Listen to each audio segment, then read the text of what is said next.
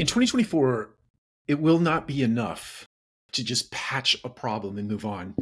I have to believe many times, many of us see a problem, we see a quick fix, and in the interest of time and keeping the business moving forward, we just do the quick fix. We do a patchwork operation on something as opposed to actually fixing it. So I would tell you in 2024, and this is in preparation for what will come in the second half of 24, certainly into 25, 26, and that is the buying opportunity in the multifamily space and the ability to pin on more assets to your platform.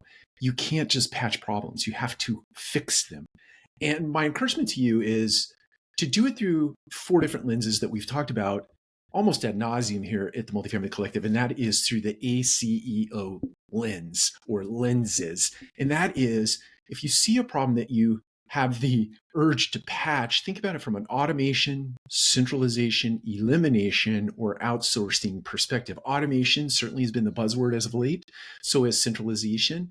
And I think either one of those things, if you see a problem that you have the propensity to patch and you need to fix it, think about how you might be able to automate that particular thing to make it more efficient, to make it more streamlined, to make it more effective, to make it more compliant, or centralize that thing so you reduce the number of people that actually touch a particular process so that you eliminate the potential for human error by the masses and you narrow it down to a couple of people that do that process with rapidity to the point that they become very, very good at it.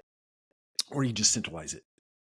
You automate it or you centralize it. So that being said, you can also eliminate the sacred cows, the number of sacred cows, meaning that is the way that we have always done it within organizations is a huge number.